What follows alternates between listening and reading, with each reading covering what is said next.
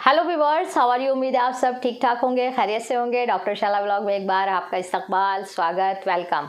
आगे बढ़ने से पहले मैं यही कहना चाहूँगी कि मेरे चैनल को लाइक, शेयर और सब्सक्राइब करना ना भूलें।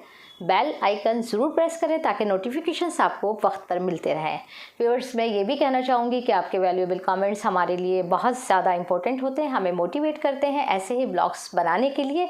तो आप कमेंट बॉक्स में अपनी राय ज़रूर दें। जैसा कि आप सब जानते हैं कि हम हमेशा उन तमाम टॉपिक्स पे बात करते हैं जो हमारे समाज में हमारे आसपास हैं। उन टॉपिक्स पे बात करते हैं जो हमारी ज़िंदगी का धीरे धीरे हिस्सा बनते जाते हैं। आपने देखा होगा कि आजकल एक वर्ड इस्लामोफोबिया बहुत तेज़ी से इंटरनेशनल मीडिया में गर्दिश कर रहा है।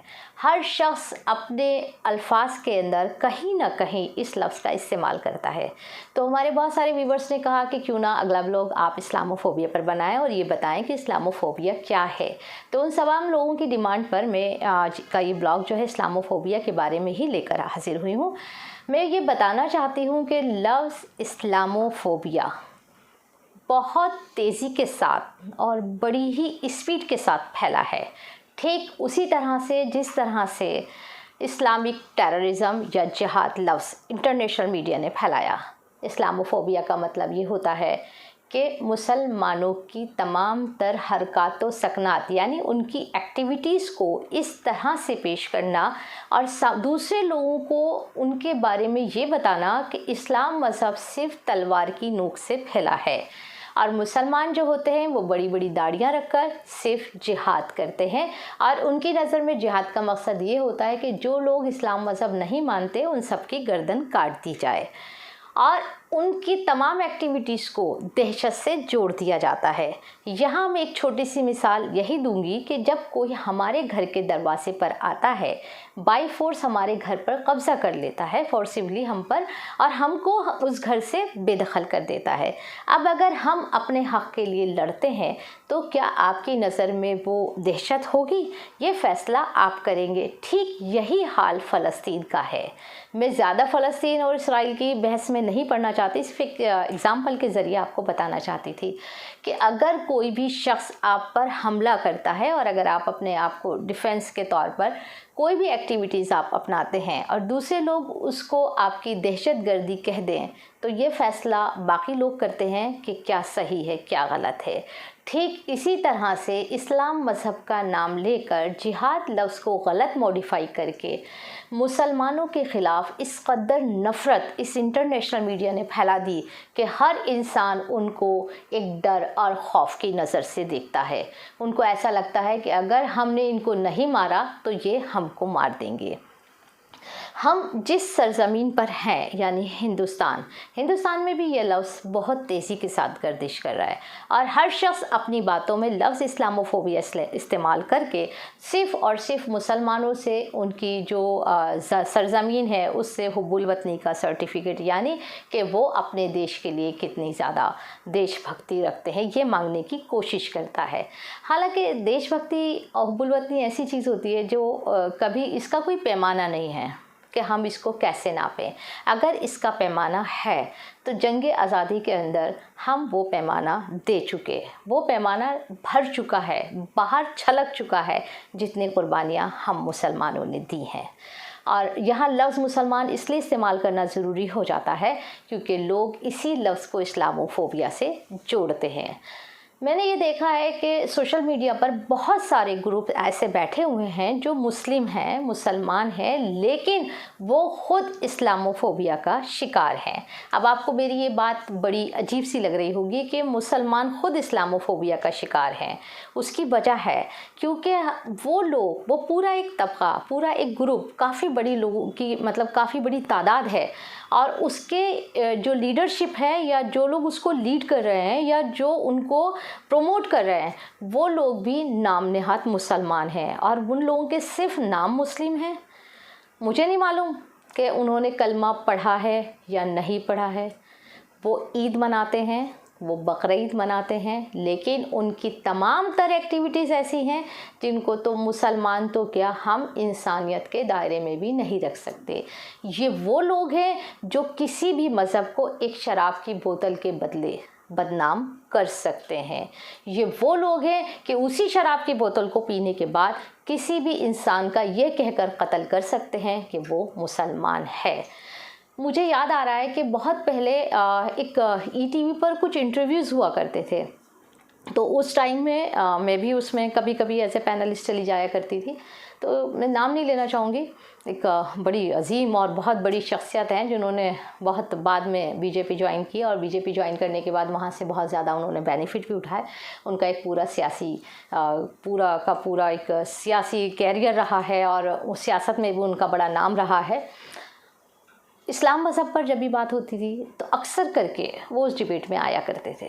तो उन्होंने उस डिबेट में, और उन्होंने कुछ किताबें भी लिखी हैं इस्लाम पर, शरीयत पर, उन्होंने उस टाइम में एक सवाल जो था वो उठाया कि जब हमारे मज़हब में नशा और गुस्सा हराम है, तो इन दोनों कंडीशन में अगर कोई तलाक़ देता है तो वो तलाक़ जायज़ नहीं है। अब इस बारे में सोचना, बात करना, बताना, ये तो जो उलमाए दीन हैं जो फतवा देते हैं उनका काम है कि ये बात ऐसे पॉसिबल है या नहीं। हाँ, यह हकीकत है, हमारे मज़हब में शराब हराम है, हमारे मज़हब में गुस्सा हराम है। तो जब उन्होंने ये एक सवाल उठाकर छोड़ दिया समाज के सामने, अब वो सवाल घूमते घूमते कहाँ पहुँचा, लेकिन उस वक्त मैंने उनसे ये सवाल किया कि आपकी बात बिल्कुल जायज़ है कि शराब और नशे की हालत में तलाक़ जायज़ नहीं है, तो आप मुझे सिर्फ इतना बता सकते हैं कि अगर इन दोनों कंडीशन में कोई मर्द अपनी बीवी के साथ, हाँ, ज़ोजा जिससे उसने निकाह किया हुआ है, ऐसे नहीं कि जो समाज में इधर उधर वाली औरतें, जिससे उसने निकाह किया, जो बाकायदा उसकी बीवी है, अगर वो उसके साथ सोहबत करता है, कोहबीट करता है और कोई औलाद पैदा हो जाती है, तो क्या आप उसे जायज़ करार देंगे या नाजायज़ करार देंगे? तो इस सवाल पर वो बड़े बरहम से हो गए। लेकिन मुझे बाद में जब उनकी एक्टिविटीज़ मैंने देखी और वो जिस तरह से उन्होंने इस्लाम मज़हब को बदनाम करना शुरू कर दिया, तो मुझे ऐसा लगा शायद वो भी कुछ ऐसे ही दौर की औलाद रहे होंगे। लेकिन खैर, मेरा इसका मकसद किसी के ऊपर कोई ज़ाती हमला करना नहीं है, मैं कभी किसी पर कोई ज़ाती हमला नहीं करती। लेकिन मैं ये कहना चाहती हूँ कि कुछ लोग हमारे ही बीच में ऐसे हैं जो ख़ुद मज़हब के बारे में कोई जानकारी नहीं रखते। उनको ये नहीं मालूम कि 3 तलाक़ है ना, उसका मकसद क्या है। अब किसी भी एक खातून ने उसने बवाल करना शुरू कर दिया। अच्छा, ये जितने भी बवाल होते हैं ना, जो मुद्दे उठाए जाते हैं, हंगामे किए जाते हैं, ये सब स्पॉन्सर्ड होते हैं, ये भी मैं आपको बता दूं। क्यों? क्योंकि हमको जिस सवाल की तरफ समाज की ओपिनियन लानी होती है, उन मुद्दों को उठवाया जाता है उन्हें। अब उस खातून से ये पूछिए कि 3 तलाक़ देकर, वार्निंग देकर, अब वो 3 तलाक़ की कंडीशंस क्या है उसको वो नहीं समझेगी। बस उसने कहा कि मेरे हस्बैंड ने तो मुझे 3 तलाक़ दी और घर से बाहर निकाल दिया, और मुसलमानों में तो ये होता है कि 3 तलाक़ देते हैं। अब ये इतना गर्मा गर्म मुद्दा बन गया कि उस मुद्दे को बाकायदा एक बिल लाना पड़ा, कानून बनाना पड़ा। लेकिन आप मुझे एक बात बताइए कि अगर 3 तलाक़ दे के छोड़ना ज़्यादा अच्छा है या किसी खातून से या बीवी से छुटकारा हासिल करके उसे जलाकर मारना ज़्यादा बेहतर है? ये फ़ैसला भी आप ही करेंगे। मैं यहाँ 3 तलाक़ की कोई हिमायत नहीं कर रही, क्योंकि तलाक़ हमारे मज़हब में सबसे ज़्यादा नापसंदीदा अमल है, और उसके लिए क्या प्रोसीजर है उसको भी लोग नहीं समझेंगे, चिल्लाना शुरू कर देंगे हलाला हलाला। मैं इस पर भी एक ब्लॉग लेकर आऊँगी ताकि आप लोगों की गलतफहमी को मैं दूर करने की कोशिश कर सकूँ। तो मेरा कहने का मकसद यही है कि वो लोग जो बैठकर सिर्फ मज़हब को निशाना बनाते हैं, लोगों को निशाना बनाते हैं, समाज में इतनी नफ़रत फैला देते हैं कि उनको इस चीज़ का एहसास नहीं होता कि उनकी इस फैलाई हुई नफ़रत से कितने लोग अपनी जान से हाथ धो बैठते हैं। और जब वो अपनी जान से हाथ धो बैठते हैं, उनके पीछे उनके घर, उनके ख़ानदान, उनके परिवार, उनको हम कैसी ज़िंदगी जीने पर मजबूर कर देते हैं। क्योंकि हमको इससे क्या मतलब, हमको तो जिस मकसद के लिए बुलाया गया, जिस मकसद के लिए हमको बोलना था, हम बोल चुके हैं। हमको तो एक शराब की बोतल चाहिए थी, हमको मिल गई। बहुत सारे ऐसे संगठन मौजूद हैं जो लव जिहाद चिल्लाते रहते हैं, लेकिन वो खुद क्या कर रहे हैं। अभी पिछले दिनों आप देखिए सोशल मीडिया पर एक वीडियो वायरल हो रहा था जिसके अंदर बहुत सारे नौजवान लड़के थे, और वो एक पूरी उन्होंने सेमिनार ऑर्गेनाइज़ किया और उन्होंने कहा कि मुस्लिम लड़कियों के साथ हम ये करना चाहते हैं, मुस्लिम लड़कियों के साथ वो करना चाहते हैं, हम मुस्लिम लड़कियों से बहुत प्रेम करते हैं और हम चाहते हैं कि वो हमारी बीवियाँ बने। अरे जनाब, आप पहले अपने घर को तो देख लो, अपने घर के माहौल को तो देख लो। आप ये तो देख लो कि आप कम से कम अपने घर की औरतों से भी प्यार करते हो या नहीं करते। ये पूरा ग्रुप वही है। जब कश्मीर का मुद्दा उठा था ना, ये सारे लोग कश्मीर में जो प्लॉट काटने जा रहे थे, ये सारे के सारे लोग वही हैं जिनके खुद के घर में दरवाजे पर टाट तक नसीब नहीं होगा कि घर के अंदर पर्दा हो जाए। ये वही लोग हैं जो चिल्लाते फिर रहे थे कि हम कश्मीर जाएंगे, अब हम प्लॉट खरीदेंगे। क्या खरीद लिया उन्होंने? कितनी प्रॉपर्टी बिक गई। मैं उन्हीं लोगों के बारे में कहना चाहती हूँ, पहले कम से कम अपने घर को सुधारिए। ये हमारा घर है, पूरा हिंदुस्तान। इसके माहौल को इतना ख़राब मत कीजिए कि यहाँ सांस लेना मुश्किल हो जाए। और वो जब सांस के अंदर जहर फैलता है ना, तो वो मज़हब नहीं देखता। वो ये नहीं देखता कि ये जो जहर है वो सिर्फ हिंदू के लिए है या मुसलमान के लिए या सिख के लिए या ईसाई के लिए। मेरा कहने का मकसद, अभी पिछले दिनों ऑक्सीजन की कमी हुई थी ना, कि हम सब लोग मारे मारे घूम रहे थे, तब हमने किसी से ये नहीं पूछा कि ये ऑक्सीजन देने वाला या सिलेंडर को छूने वाले। सब्जियों के ऊपर बहुत ज़्यादा हंगामा हुआ था ना कि ठेले वाला वो मुसलमान होगा तो हम उससे सब्ज़ी नहीं खरीदेंगे। तो आप खुद सोचिए, क्या उस टाइम ये सोचा अपनी जान बचाने के लिए कि ऑक्सीजन के जो सिलेंडर हैं ये देने वाले मुसलमान हैं, हिंदू हैं, सिख हैं या ईसाई हैं, हम इनके हाथ का छुआ हुआ सिलेंडर लेंगे या नहीं लेंगे? उस वक्त तो सब कुछ को बिल्कुल, क्योंकि ज़िंदगी थी, जान बचानी थी, अपनों की ज़िंदगी का मामला था, तब हमको कोई एतराज़ नहीं था। तो ये मफाद परस्ती की, ये मतलब की राजनीति बंद करो।